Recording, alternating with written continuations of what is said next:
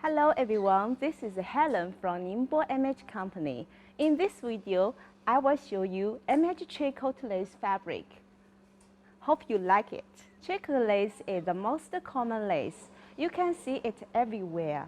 On ladies' garments, you see textile, decoration, and DIY.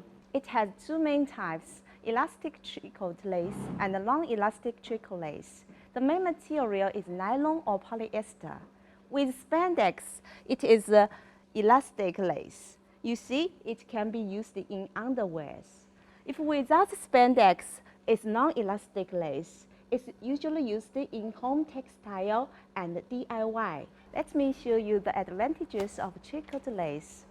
It is light, thin, lower cost with higher protection capacity, various designs, and faster delivery. Choose MH lace, add beauty in life. Don't forget to click for more MH videos. Also comment any other videos you would like me to do.